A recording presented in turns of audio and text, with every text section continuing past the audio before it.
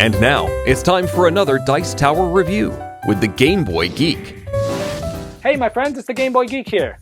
I've always wanted to know what it felt like to be a cop, a police officer, to protect and serve, to arrest street punks, to investigate murders, to handle emergencies, and yes, even to eat donuts maybe. Anyway, let's check out Police Precinct, a cooperative game for 1 to 6 players from Common Man Games. Let's arrest the murderer, check it out, and see how it's played.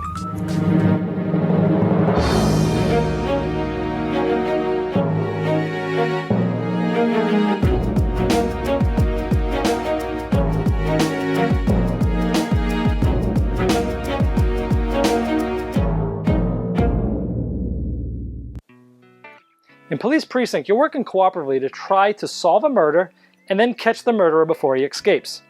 If you do that, you win the game. If either the murderer escapes off the board or if the crime track goes all the way to fail, you lose the game. So here we have it set up as a 4-player game. Each player gets to choose one of the cops to be during the game. Now, as you can see, all the different cops here that you could choose from, some of them have different abilities, which are interesting. All of them have special abilities. You'll notice some of them have a certain numbers for magnifying glasses and handcuffs and sirens. The magnifying glass tells him how many cards he gets to look at when he's investigating. The handcuffs tells you how many dice by default they get to roll when they're trying to arrest street punks. 2 is the emergency symbol shows you how many dice they get to roll by default when they're trying to handle an emergency. And those are the 3 major things you're doing during the game: investigating, arresting, and handling emergencies. And of course, as you can see, some of them have some pretty cool special abilities. So here we have a 4-player game. We're set up and all 4 players start here at the police station. You get to actually choose whether your car is a normal marked car, like these normal police officers, or you can be an unmarked car. Well, if you're a normal car, you always get to move 3 streets at a time on your turn, which would be maybe from here, 1, 2, 3, or 1, 2, 3. But if you're a marked car, you only get to move 2. However, since you're an unmarked car, you actually get 1 extra investigation by default. Now, you can change which way your car is during the game, but it has to be done at the police station. So at the beginning of the game, again, what we're trying to do majorly is investigate, arrest, or handle murders. Those are 3 of the main things we're trying to do. So let's say it's Officer Kinney's turn to go first. He can only move 2, but if you remember, he has good investigation skills. So he's gonna go, he can only move 2, 1, 2. And there's a little enter sign here that says he can enter where the morgue is, which has the examined body. Now by default, he can look at 2 cards. Now, if somebody else, there's a few ways he can up that. There are donuts in the game, sort of currency. When you do good things, you get a donut. If you want to trade in, if the player who is there wants to trade in one of his own donuts, he can do so and get one extra card. Also, in the police cards, you'll see that on the police cards, there's certain icons on the top right-hand corner. Those icons can be used by other players when they're trying to help you. So in this case, if somebody wanted to discard one of their police cards and use only the icon in the upper right-hand corner, that's a magnifying glass, that would also act as a extra card. So in this case, I have no donuts. Nobody wants to help me. By default, I have 2. I would essentially take these 2 examine cards and pick them up, and both of them say nothing yet. So essentially, we didn't get to see anything. They're both nothing yet cards.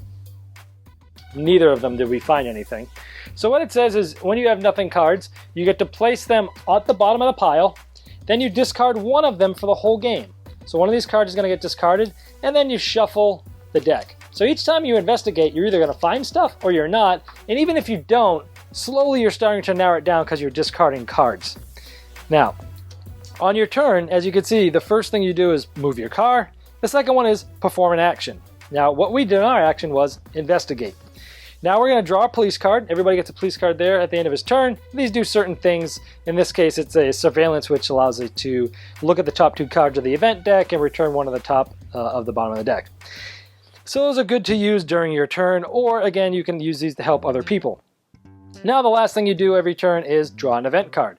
So we're going to draw an event card, and it's usually almost always really bad stuff. So in this case, we have another emergency. It's at Snyder's Liquors. So on the board, we would look for the liquor store, and we would place this emergency there.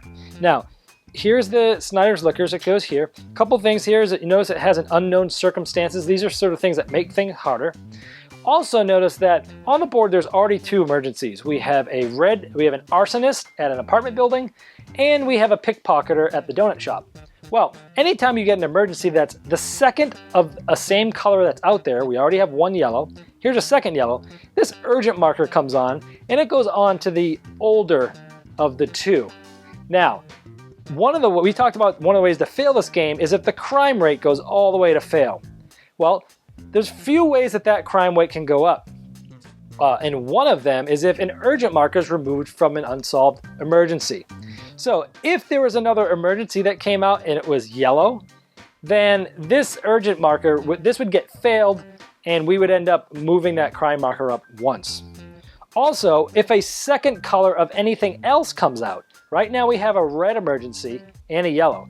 If a red one comes out, again, the urgent marker would now go to that one. It would actually go to the earliest one of that color, and we would fail this, and it would rise the crime marker up.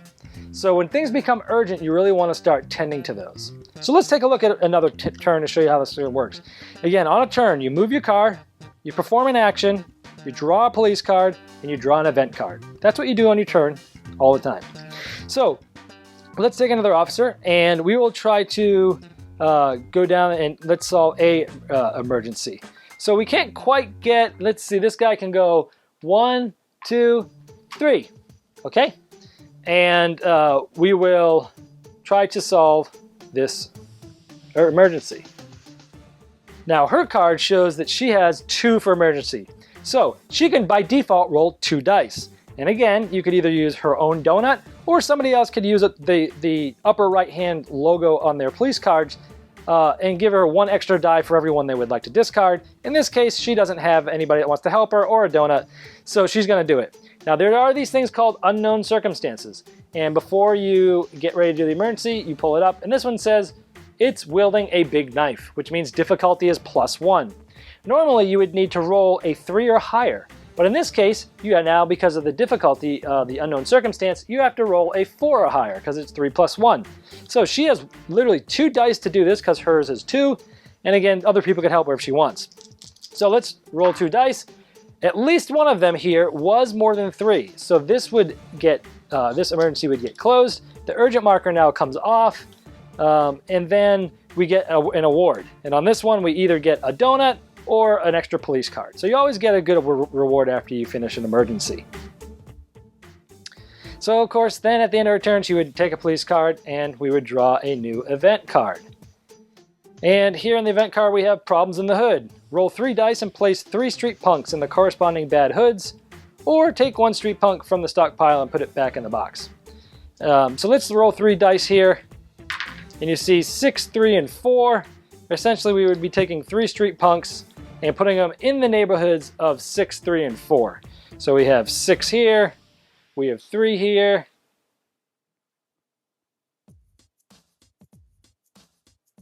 and we have 4 over here. Now anytime you get 4 or more, a street gang comes out, and that always means bad things. Usually it means you can't draw any police cards, or you can't do any investigation until all those are done.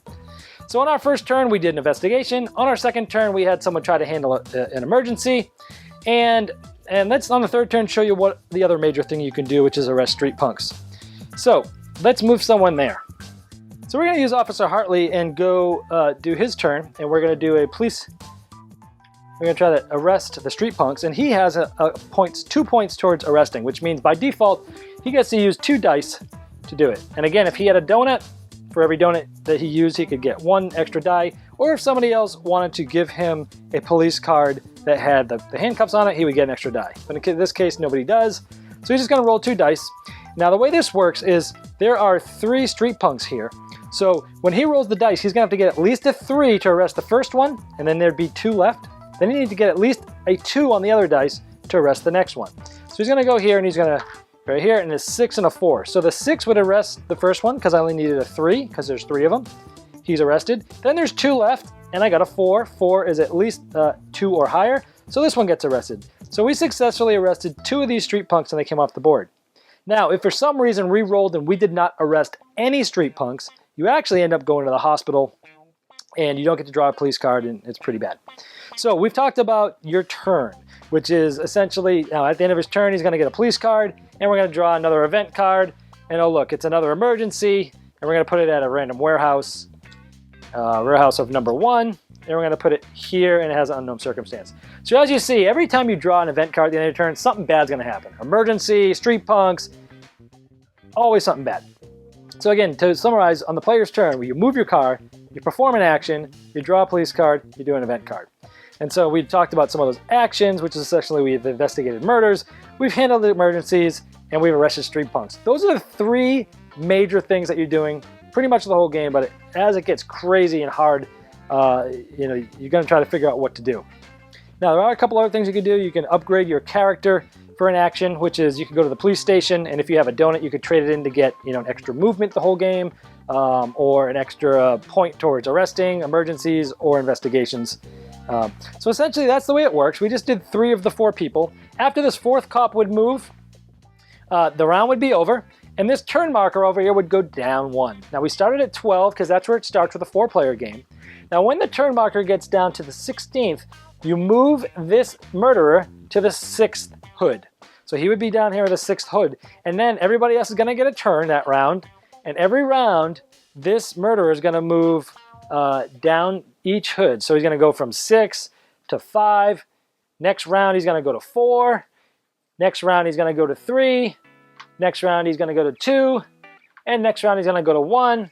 And if you haven't gotten all of the murder weapons, all the murder information there by then, and you haven't gotten arrested the murderer by the time he's off the thing, you lose. So essentially, that's how you play Police Precinct. All right, well, there is Police Precinct. This is a good cooperative game. The board is huge. It takes up a big table, but it's pretty cool looking down on that town. You really feel like you're there. The game is really thematic. Really thematic. Everything that you do and every action you take makes thematic sense. When you're arresting the street punks, if you don't arrest any of them, they send you to the hospital. Duh, that would happen in real life. When you're trying to investigate things, you're gonna come up empty-handed. But if there's somebody on the same street as you, they can help you out. Everything that was there was very thematic. So the artwork on the cards of the police officers, the board, the box was good. The whole thematic thing was great. It felt, and I think a good co-op game is when it feels really hard. If it is really hard, this game is hard. It feels hard, which is good because you don't want to beat it all the time because then you wouldn't really want to play it. So it is a hard game. I have beat it. I did beat it approximately 50% of the time, which in my book is about right for a co-op game. You don't want to beat it too much, and you don't want to be beaten too much. Either way, you'll lose some feelings for the game. So it played well with 2. I was surprised. The 2-player game is great because you get that extra guy, the extra squad car to go around and help you out. The 2-player game was great. We played it with 4. That was great too. The production quality was not as good as you'd probably expect from one of the giant publishers, but it is a smaller publisher, so that's to be expected.